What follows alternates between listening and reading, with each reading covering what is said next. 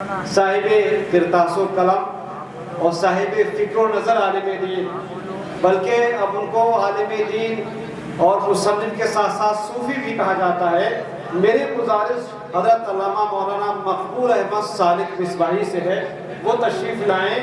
اور 15 منٹ کے اندر اپنے احساسات، خیالات و جذبات کو اور اپنے کلام سے ہم سامعین کو جو ہے وہ نوازیں۔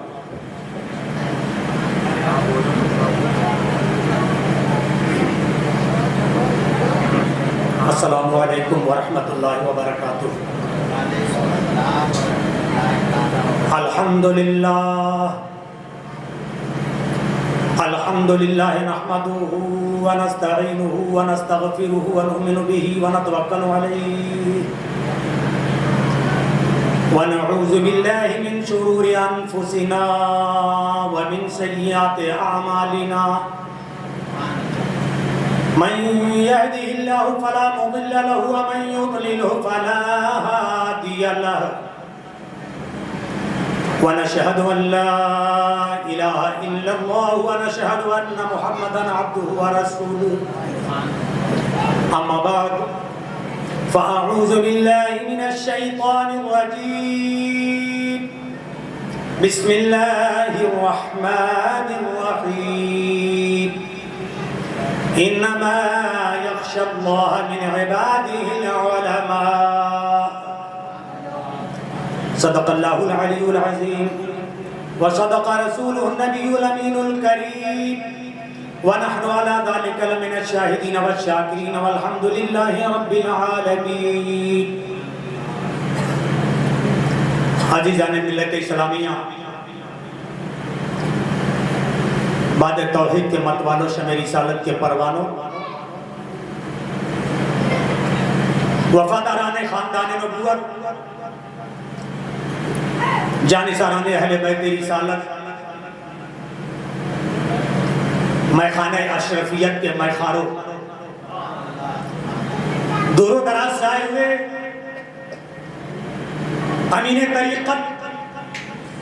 تاجدار اشرفیت، سید الصالحین، امام العارفین، سند الزاہدین، حجت الخلف، بقیت السلف، پیر طریقت، رہبر راہ شریعت، حضرت علامہ سید شاہ طفیل اشرف اشرفی جیلانی، معروف بمخدوم ثانی کہ چاہنے والے، ماننے والوں اور ان کی بارگاہ عقیدت میں خراج عقیدت پیش کرنے کے لیے آنے والے دور و دراز سے طلبہ و اساتذہ، ائمہ مساجد، خدامان علم و ادب، آئیے ہمارا مل کر کے سب سے پہلے اپنے آقا اور مولا گنبد خضرا کے مکی، سید کائنات، دونوں عالم کے مالک و مختار، لمبے لمبے ہاتھوں سے بھیک دینے والے آقا داتا، انیس بے کسا، چار احساس دردمندہ، سیاہ لامکار، رحمت عالم و عالمیہ، وجہ وجود کائنات، فخر موجودات، رازق الفقہ، سید ولد آدم، حضور رحمت عالم، نور مجسم، فخر بنی آدم، جناب احمد مصطفیٰ محمد مصطفیٰ صلی اللہ تعالی علیہ وسلم کی بارگاہ بیکس پناہ میں جھوم جھوم کر درود و سلام کی ڈالی نچھاور کریں اور پڑھیں۔ اللہم صلی علی سیدنا مولانا محمد وعلی آلِ سیدنا مولانا محمد وبارک وسلم، صلاۃ و سلام علیک یا رسول اللہ، صلاۃ و سلام علیک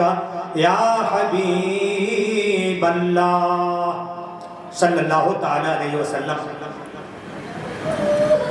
نہ پوچھ ان خرقہ پوشوں کی ارادت ہو تو دیکھ ان کو، نہ پوچھ ان خرقہ پوشوں کی ارادت ہو تو دیکھ ان کو، ید بیضا لیے بیٹھے ہیں اپنی آستینوں میں، تمنا درد دل کی ہو تو خدمت کر فقیروں کی، تمنا درد دل کی ہو تو خدمت کر فقیروں کی، نہیں ملتا یہ گوہر بادشاہوں کے خزینے میں، بیگم یہی تو پانچ ہیں مقصود کائنات، بیگم یہی تو پانچ ہیں مقصود کائنات، خیر النساء حسین و حسن مصطفیٰ علی۔ عزیزان گرامی، بہت مختصر سا وقت ہے، اس میں تقریر کرنا مقصد نہیں ہے، نہ اس عظیم ڈائس سے ہم جیسے کمیل مولوی بذات تقریر کا حق ادا کر سکتے ہیں، بلکہ حکم کے مطابق بارگاہ کمیل ملت جانشین مخدوم ثانی اور سرکار مخدوم ثانی اور بارگاہ مخدوم پاک میں خراج عقیدت پیش کرنے کے لیے اور سلسلہ اشرفیہ کے ادنا غلاموں میں اپنا نام درج کرانے کے لیے آپ حضرات کی خدمت میں حاضر ہو گیا ہوں۔ عزیزان ملت اسلامیہ، ہم اور آپ اس وقت چوچا کی مقدس ترین سرزمین کے اوپر حاضری کی سعادت حاصل کر رہے ہیں، جس سرزمین کا ایک ایک ذرہ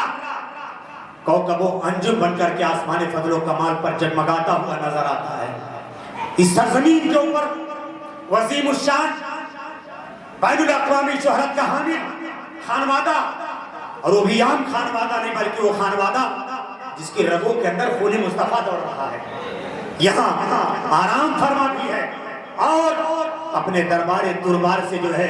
فیوز و برکات کے چشمے بھی بہا رہا ہے، اور جو لوگ تہی دامن خالی ہاتھ یہاں پر آتے ہیں اور ان بارگاہوں میں جو ہے اپنے جو ہے گھٹنے ٹیک کر کے جو ہے مرادیں مانگتے ہیں، تو یہاں پہ جو شہزادگان ہمارے آقایان نعمت ہمارے سرکاران ملت آرام فرما ہے، اور جو یہاں پہ جلوہ افروز ہیں وہ ہماری خالی دامنوں کو بھرتے ہوئے نظر آتے ہیں، ہماری ضرورتیں پوری کرتے ہیں، ہماری ظاہری بھی ضرورتیں پوری کرتے ہیں اور ہماری باطنی بھی ضرورتیں پوری کرتے ہیں۔ حضرات، یوں تو بظاہر عام طور پر یہ تصور ہے کہ خانقاہیں یہ کرامتوں کا منبع ہے، مرکز ہے، یہاں پہ صرف نگاہوں سے بھی آیا جاتا ہے، یہاں پہ اہل اللہ اللہ والے کرامتوں کے ذریعہ بریت متوں کا اعلان کرتے ہیں، لیکن حقیقت ہے ڈھائی کے میں اس وقت الجامعۃ الاشرفیہ مبارک پور کے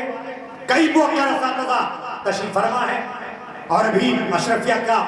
ایک عظیم قافلہ چند ہی لمحوں میں اور ان کے اسٹیج ہوگا، اس کے علاوہ ملک و ملت کے بڑے بڑے باوقار علماء جو حضور جانشین مخدوم ثانی کی زندگی میں بھی حیات ظاہری میں بھی آیا کرتے تھے اور حضرت کس سے جو ہے فیض و برکات حاصل کیا کرتے تھے، وہ بھی یہاں پر آئیں گے انشاءاللہ تعالی، وہ بھی خراج عقیدت پیش کریں گے۔ میں چند منٹوں کے لیے صرف آپ حضرات کی خدمت میں حاضر ہوں۔ آپ حضرات کے ذہن میں یہ تصور نہیں ہونا چاہیے کہ یہ خانقاہ ہے جو چاہے وہ مرحلہ شریف کی خانقاہ ہو، بریلی شریف کی خانقاہ ہو، یہ جو ہے بہرائچ شریف کی خانقاہ ہو، خاص طور پر یہ سلسلہ اشرفیہ کی یہ مرکزی خانقاہ ہے، خانقاہ اشرفیہ اور خانوادہ اشرفیہ ہو۔ یہاں پر صرف کتابوں سے نہیں پلایا جاتا، نگاہوں سے نہیں پلایا جاتا، یہاں کتابوں سے بھی پلایا جاتا ہے، سبحان اللہ۔ اور 634واں سالانہ عرس امسال سرکار مخدوم پاک کے اس زمین کے اوپر منایا گیا، سالانہ عرس کے اندر میں حاضر ہوا تھا، اور جب سے اس یہاں سے سلسلہ سے میرا سلسلہ جڑا ہے، غلامی کی نسبت قائم ہوئی ہے، مسلسل میں یہاں کے بزرگوں کی سیرت کا مطالعہ کر رہا ہو، ان کی زندگی کا مطالعہ کر رہا ہو، ان کے لٹریچر کا مطالعہ کر رہا ہو، ان کی لکھی کتابوں کا مطالعہ کر رہا ہو۔ ایسا نہیں ہے کہ صرف مخدوم پاک نے اپنی زندگی کے اندر حیات ظاہری میں علم کا دریا بہایا، مخدوم پاک کے بعد حضرت نور العین کے ذریعہ جو سلسلہ چلا اولاد غوث اعظم کا، ہر دور کے اندر اس خانوادے کے شہزادوں نے سرکاروں نے علم کا دریا بہایا ہے، مدارس اسلامیہ کو قائم کیا ہے، خانقاہوں کو قائم کیا ہے، اپنے نو کے قلم سے علم و تحقیق کا دریا بہایا ہے، اور ہر دور کے اندر یہ سلسلہ جاری رہا، آج بھی یہ سلسلہ جاری ہے۔ آپ دیکھ لیجئے کہ چھوٹا کی سرزمین کے اوپر نظر ڈالیے، جس خانوادے کا بھی شہزادہ ہے، جس خانوادے کا بھی فرزند درجمند ہے، یہ دریا کی مچھلیوں کی طرح سے ہے، انہیں تیرنا نہیں سکھایا جاتا ہے، دریا کے اندر مچھلی پیدا ہوتی ہے تو پیدا ہوتے ہی دریا کے اندر تیرنا شروع کر دیتی ہے، پرندوں کے بچوں کو اڑنا نہیں سکھایا جاتا ہے، بچہ شاخ کے اوپر جب بیٹھتا ہے اور اس کے بازو میں بالوں پر آتے ہیں تو بچہ فضاؤں میں پرواز کرنا شروع کر دیتا ہے۔ یہی صورتحال سلسلہ اشرفیہ کی ہے۔ میرے دوستوں، آج بھی دیکھنا جتنے بھی حصے ہیں اس خانوادے کے اندر علماء حیات بین الاقوامی سطح کے اوپر علم دین کی تبلیغ دعوت کا فریضہ انجام دے رہے ہیں۔ آج ہمارے بہت سے علماء، بہت سے اہل قلم، بہت سے زورآور خطبہ اور بہت سے بڑے بڑے علماء آج اپنا بیگ اٹھاتے ہیں تو کبھی برطانیہ میں نظر آتے ہیں، کبھی جرمنی میں نظر آتے ہیں، کبھی فرانس کے اندر نظر آتے ہیں، کبھی افریقہ کے تپتے ہوئے صحراؤں میں نظر آتے ہیں اور دعوت و تبلیغ کا مقدس فریضہ انجام دے رہے ہیں۔ کسی کی خدمت سے انکار نہیں ہے، لیکن آپ جب تاریخ پر نظر ڈالو گے تو نظر آئے گا برطانیہ اور امریکہ اور ویسٹرن کنٹریز کی سرزمین کو اسلام کے لیے اگر کسی خاندان کے شہزادوں نے سب سے پہلے اسے نرم کیا ہے، اسے سازگار کیا، سازگار کیا ہے، یہی خانوادہ اشرفیہ سلسلہ اشرفیہ ہے۔ یہاں کے بزرگوں نے دنیا کے اندر جس ملک کے اندر قدم رکھا،